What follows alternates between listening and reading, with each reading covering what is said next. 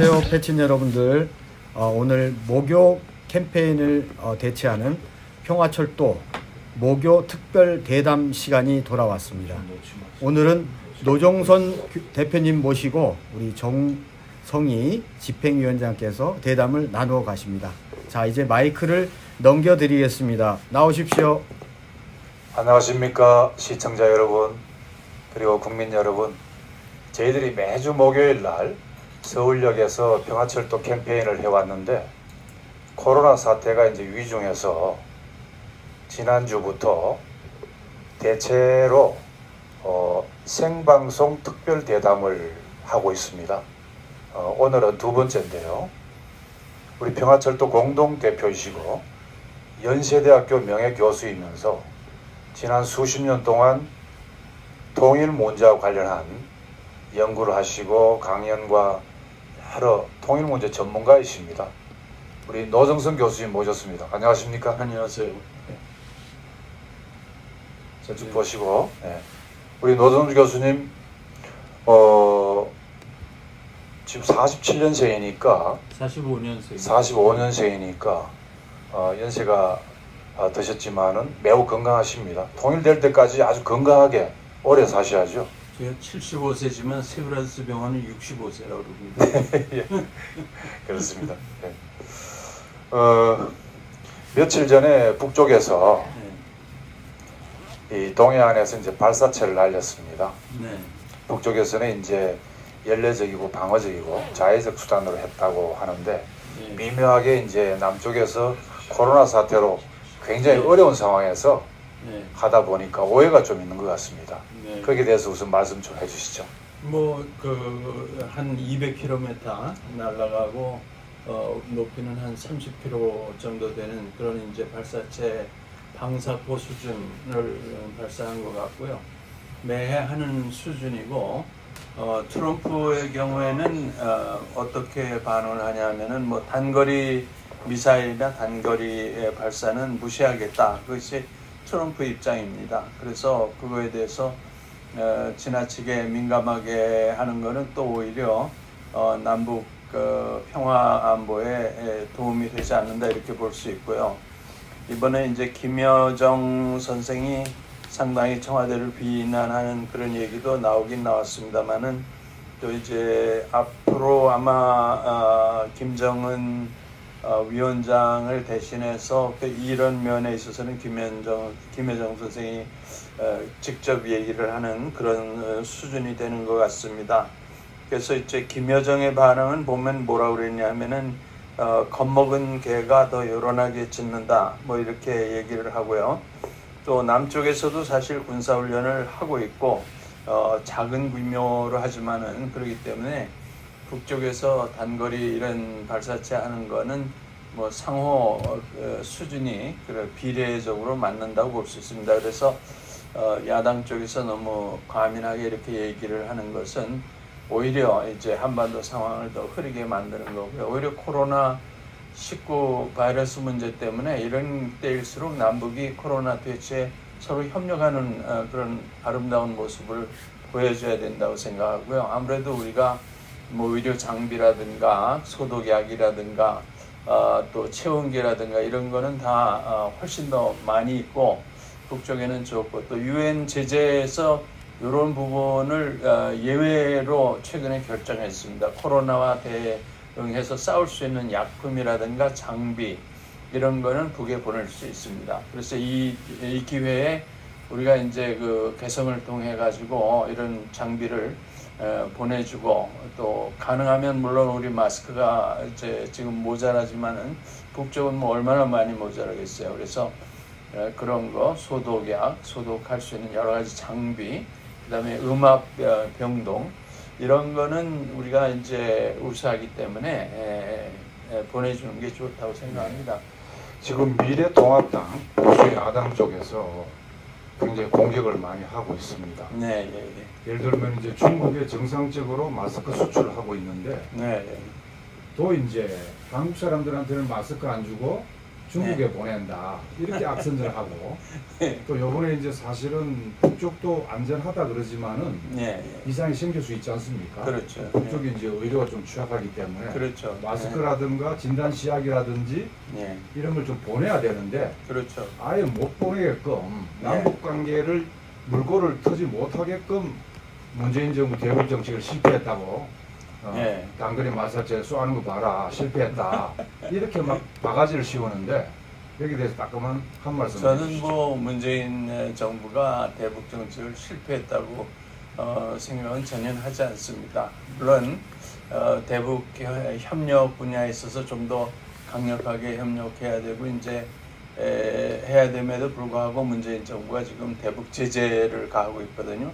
그래서 제재 가하는 부분은 완화시켜야 되고 미국이 제재하는 것도 고통스러운데 남한까지 제재를 하니까 북쪽에서 이제 굉장히 그 신경질적인 반응을 보이게 이렇게 돼 있으니까 그런 부분은 좀 우리가 고쳐야 되고 또 북쪽은 이제 의료장부가 약하니까 우리는 14일 정도 이렇게 격리시키는데 30일 동안 격리시킨다고 그럽니다. 그리고 국경 전부 봉쇄해버렸고 그래도 이제 물론 그 두만강, 압록강에 이게 밀무역하는 사람들이 하루하루 먹고 살아야 되니까 드나드는 게 이제 상당히 위험한 것이지만은 그러나 이제 북쪽은 이제 중국에 갔다 오면은 30일 동안 이렇게 하니까 뭐 그런 통제는 거의 북쪽에서 완벽하게 하지 않을까 이렇게 생각합니다. 그래서 야당에서 너무 지나치게 이 기회에 뭐 문재인 대통령 뭐 탄핵하겠다 그러는데 무슨 그 맨날 탄핵만 하고 있겠습니까? 그래서 그러니까 좀 국민을 불안하게 하는 것도 그 병에 걸리게 하는 중요한 요소가 됩니다. 어제 김진양 교수가 이런 제안을 했어요. 그 코로나 방역 장비를 개성공단에서 생산을 하자. 이런 획기적인 제안을 했습니다. 아, 그렇죠. 그래서 코로나도 잡고 남북관계도 개선하고 얼마나 일석삼조다. 그렇죠. 그래서 지금 아주 그 각계 이제 전달이 되고 있는데 좋지 않겠습니까? 아, 그 장비 거기서 생산하면 북쪽도 이제 당장 이득이 되고 남쪽도 이득이 되고 또 북한의 기술 수준이요. 그 첨단 산업에 대해서는 아주 세계적인 수준입니다. 사실 우리는 뭐 미사일도 제대로 못 만들고 ICBM 같은 거는 꿈도 못 꾸잖아요. 근데 그거 다 생산하고 핵무기까지 생산할 수 있는 수소폭탄까지 생산할 수 있는 기술과 물질이 확보되어 있기 때문에 우리가 오히려 이제 그런 길을 트면 우리가 얻을 수 있는 덕을 얻을 수 있는 것도 엄청나게 많다고 생각하고요. 북쪽에는 지금 우라늄이 2,600만 톤 있는데 그게 전 세계 우라늄의 40%입니다. 그러니까 전 세계에서 제일 우라늄 많은 나라가 북한이고요. 히토류는 중국이 1등이고 북한이 2등이거든요. 우리 지금 삼성전자, 뭐 LG가 스마트폰 만드는데 텔레비전 만드는데 그거 없으면 안 되거든요. 그러니까 다른 나라에 가서 비싸게 사오느니 남북한이 물물교환으로 우리가 그쪽에 없는 건 우리가 보내고 예를 들면 뭐 쌀 같은 건 우리 너무 많으니까 보내고 우리가 히토류, 우라늄 이런 거는 받아오고 그럼 뭐 둘이 양쪽 다 부자 되는 거죠. 이 북미 관계가 싱가포르 회담 때까지만 하더라도 잘 나가다가 하노이 때 이제 결렬된 이후에 아직도 이제 풀리지 않고 있는데 미국 대선 국면하고 상당히 연관이 깊은 것 같습니다. 그래서 선생님이 미국 통이지 않습니까? 유엔대 일본에 1년에 뭐 몇 번씩 갔다 오시고 제가 친미주의자죠. 그런데 지금 미국 대선 국면이 어떻게 돌아갑니까? 예를 들면 지금 공화당, 민주당의 각 후보들이 나와 있는데 누가 좀 유리합니까? 샌더스가 민주당에 좀 뜨고 있다 그러는데 블룸버그가 또 이제 뭐 세다 그러고 뭐 이런 얘기가 있는데 어떻습니까? 근데 뭐 블룸버그는 지금 언제 사퇴할까 그거 계산하고 있는 단계가 됐고요. 샌더스가 처음에는 치고 나갔는데 이번에 이제 소위 슈퍼 화요일이라고 이제 어저께 그 투표를 했는데 14개 주에서 바이든이 10개 주에서 아주 승리를 해도 뭐 엄청난 퍼센트로 승리를 했습니다. 그래서 이제 7월 초까지 까봐야 아는 거죠. 샌더스가 이길지 바이든이 이길지. 근데 트럼프가 여하튼 전체적으로 민주당 후보보다 한 2% 앞서는 걸로 전체적인 그림은 그려져 있습니다. 그러니까 근데 뭐 트럼프는 사실은 좀 돈키호테 같은 사람이고 인종차별주의자고 뭐 제가 직접 들은 바로는 KKK 그런 수준입니다. 그러니까 뭐 멕시칸에 대해서 막 비하 발언하고 아세아계 유태인 막 치잖아요. 그럼에도 불구하고 이분은 장사를 하는 분이기 때문에 남북관계 지금 대규모의 군사훈련 안 하지 않습니까? 왜냐하면 돈이 드는데 왜 쓸데없이 돈을 쓰느냐 논리가 그거예요. 아무것도 없는 산에다가 그냥 그 비싼 폭탄을 모터로 퍼붓느냐, 퍼붓지 마라 이런 거지 무슨 평화를 위해서 하는 건 아니고. 그래서 우리 저 한반도의 그 평화를 유지하는 데는 트럼프가 돼도 저는 괜찮다고 봅니다. 오히려 민주당의 바이든이나 이런 사람보다는 민주당이 그래. 근데 미국에서는 전통적으로 이제 군산 복합체의 이해관계를 공화당이나 민주당이나 대비를 하는 게 주류지 않습니까? 그렇죠. 뭐. 그런데 이제 트럼프는 비주류죠. 일종의 그 군산 복합체하고는 약간 떨어져 있는 부동산 업자로서 금융 자본의 이익을 좀 대변하는 것 같고. 그렇죠. 그래서 트럼프가 대통령 되면은 지금 대북 정책을 좀 협상안을 만들어서 이렇게 나올 가능성이 없지는 않지만 11월 3일 날 이제 미 대선이 끝나는데 그 전에 혹시 미국이 대북 협상 카드를 좀 만들어서 할 가능성은 안 보입니까?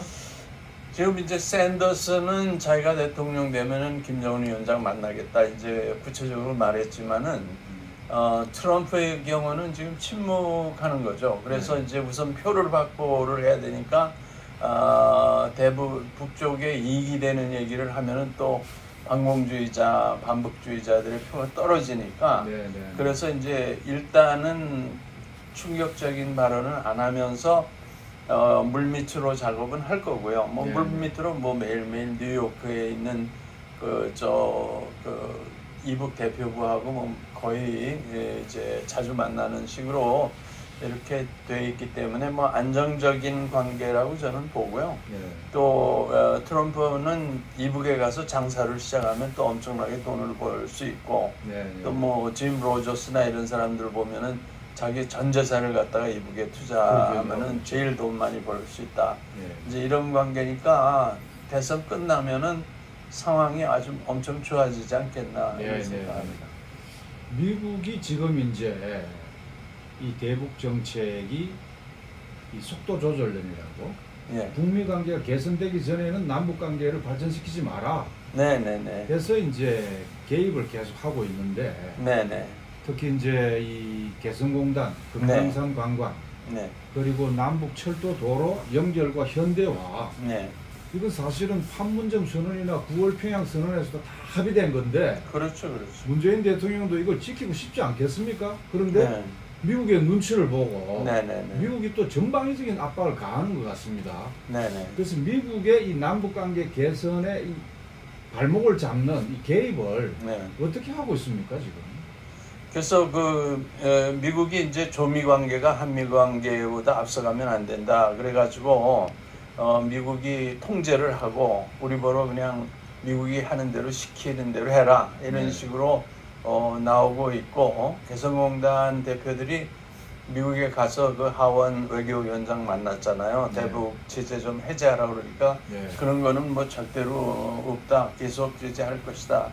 이런 입장입니다. 그렇기 때문에 우리는 그렇다고 우리가 뭐 우리 자주 독립국가인데 미국이 우리에게 이래라 저래라 하는 거는 받아들일 수가 없죠. 그래서 적절하게 저항을 해야 된다고 생각합니다. 저항을 해가지고 오히려 미국 사람들을 가르쳐야죠. 너희들 그런 식으로 하면 안 된다. 뭐 도덕적으로만 안 되는 게 아니라 너희 경제도 더 나빠진다. 이제 북조선이 잘 살게 돼야 거기서 미국이 이북에다 뭘 팔아먹을 게 있을 거 아니에요. 그러니까 이북이 달러가 하나도 없으면은 미국 물건 사지 못하지 않습니까? 그래서 이북을 이렇게 키워서 경제를 키워서 거기서 돈을 벌겠다 이래야죠. 소위 닭하고 달걀이 있을 때 예. 우선 고기 먹겠다고 닭을 죽여서 잡아먹어버리면 달걀이 안 나오지 않습니까? 예. 이 닭은 살려놓고 계속 달걀을 받는 그런 전략으로 나가야 되고요. 우리 대통령께서 이제 초반에는 너무 눈치를 본 것 같아요. 트럼프가 허락하면 개성공단을 다시 할 준비가 되어 있다 이런 말씀을 하셨는데 뭐 트럼프 허락을 왜 받습니까? 우리는 자주 독립국가고 트럼프 대 우리 문재인 대통령은 자주 독립국가의 1대1로 얘기를 해야 됩니다. 그래서 미국이 허락하든 허락하지 않든 아무 상관없이 개성을 해야 되는 거죠. 동영상도 하고요. 예, 그래야 북조선이 우리를 존경하게 되는데 지금은 뭐 우리를 그냥 완전히 무시하잖아요, 남쪽을. 왜냐하면 미국에 다 물어보고서 하겠다는 자세인데 최근에는 이제 우리 문재인 대통령께서 좀 많이 차고 나오는 것 같아요, 그런 면에서. 그래서 이제 조금 더 차고 나와야 된다고 생각하는데 저는 우리 문재인 대통령이 공수 특전단이에요. 식스팩도 있고. 그것도 일공수입니다. 일공수. 그 무시무시한 체력도 있고, 그렇죠. 뭐 점프도 하고 그러는 보니까 치고 나가야 된다고 봐요. 그래서 최근에 문 대통령이 이제 국력 개별 관광을 얘기를 했어요. 네네네. 이 개별 관광이라는 용어도 참 마음에 안 들지만 그냥 국력 관광 그래도 그렇죠. 되는데 네, 이제 미국 눈치 보면서 그런 용어를 써가면서 했지만은 네. 그것도 사실은 이 광화문에서 이제 버스로 육로로 그동안에 개성 관광을 해왔지 않습니까? 그렇죠, 그렇죠. 그런데 지금은 이제 유엔사라는 이름에 그 미군이 이제 가로막고 있단 말이죠. DMZ 관할권을 이제 거기 갖고 있기 때문에 그래서 자주 독립국가라 그러지만은 사실은 미국의 식민지나 다름없다는 이런 평가도 많습니다. 그렇죠. 그래서 개별 관광도 그 쉽게 될까 싶어요. 이런 태세가지고.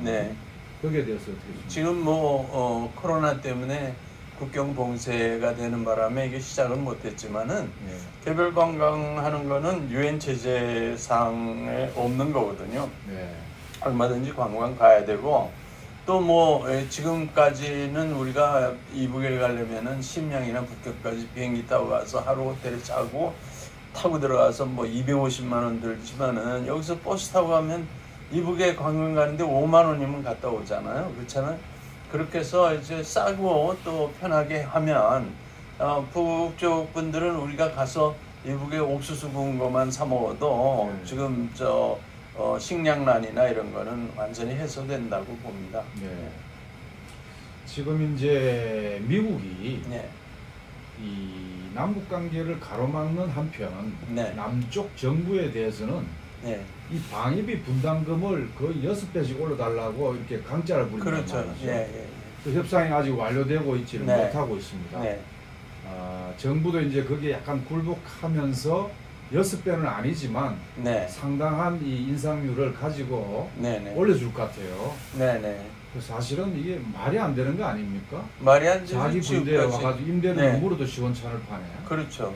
거기에 대해서 한 말씀 해주시죠. 저는 그 미국이 위에 전쟁 때 와서 우리를 돕느라고 싸웠다. 그때 이제 소위 뭐 이 땅은 내가 쓰겠다든가 하면 마음대로 쓰고요. 전기 뭐 물 이런 거 다 마음대로 쓰고 그리고 이제 거의 다 돈까지 받아가는데 이번에 그 뭐 5조 원을 가져가겠다. 그거는 이제 지나칠 뿐 아니라 그렇게 하면 우리 거기에서 일하는 9천 명의 한국 노무자들에게 뭐 이제 무상 아니 월급 안 주고 휴가를 보내버리겠다. 그런데 우리 정부는요 이렇게 하면 됩니다. 그냥 우리 9천 명에게 그 월급을 우리 정부가 직접 줘버리는 거예요. 줘버리고 나머지만 미군에게 주겠다. 그 좋은 방법이네요. 그렇죠. 굉장히 천재적인 방법 아니에요? 그거 좋습니다. 그러니까 뭐 미국 시키는 대로 할 필요는 뭐 있어요. 은행 부자는 우리가 가지고 있는데. 그래서 특히 그 미국이 아주 좀 비열한 방법인 것 같아요. 노무자 그 우리 한국 사람들한테 임금 안 주겠다 하는 것은. 그렇죠. 그 인권유린이죠. 그래서 수탈이고요. 그러니까 노사투쟁을 하는데 우리 정부가 직접 그냥 그 노무자 9천 명 구자 알아가지고 직접 월급을 주는 거예요. 그리고 미국이 안 주는 걸 방어해줘야지 그 사람들 뭐 먹고 삽니까? 지금 그러지 않아도 코로나 때문에 뭐 직장도 자꾸 줄어드는데 그래서 그거 하고 주고 남는 거는 우리가 미군에게 주겠다. 이렇게 해서 미군을 좀 갖고 놀아야죠. 네. 필리핀 같은 경우는 이제 수백만 해군 기지, 네. 공군 기지가 나갔다가 다시 돌아왔지만은 네. 임대료를 문다면서요? 네네네. 그렇죠.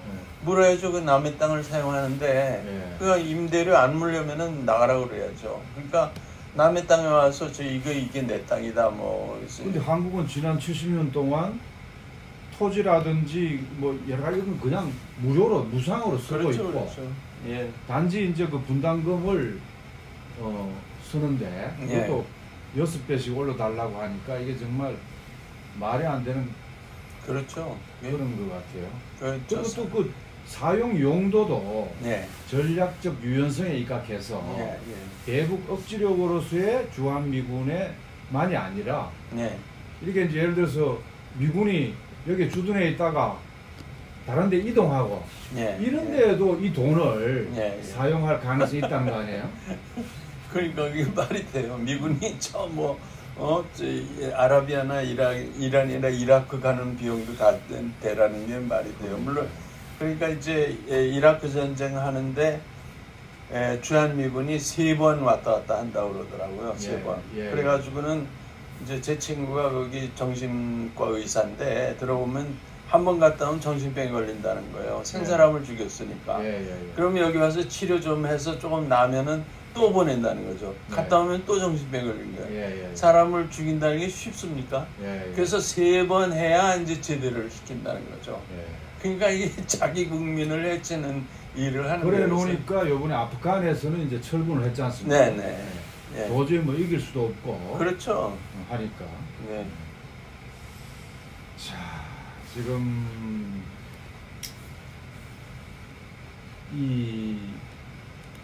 그 방위비 분담금 문제는 조금 더 선생님 좀 설명을 해주시죠. 글쎄요, 방위비 분담금이라는 게 지금까지는 한 1조 2천억 정도 했잖아요. 그런데다 그 플러스 무기를 F-35니 뭐니 해서 또 수조 원어치를 팔죠. 거기다 평택 기지를 뭐 거의 95%를 우리 돈으로 다 해줬단 말이에요. 땅도 주고.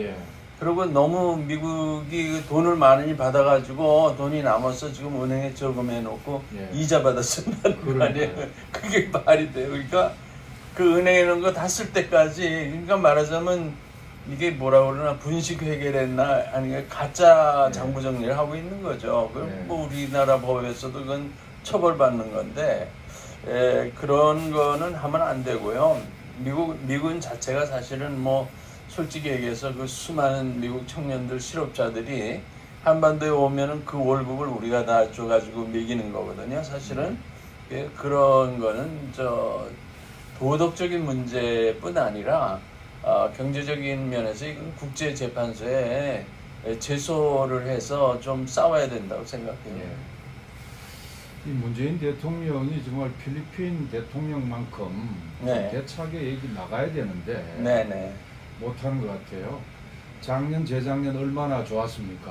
판문점 선언에다가 또 평양 가가지고 이제 15만 평양 시민 앞에서 정말 감동적인 연설을 하지 않았습니까? 그렇죠, 그렇죠. 근데 그 이후에 이제 구체적으로 뭐 이행하는 게 하나도 없다 보니까 북쪽에서 굉장히 불신하는 것 같은데. 그렇죠. 문 대통령은 촛불 항쟁을 통해서 등장한 정부인데 왜 이렇게 맥을 못 줄까요?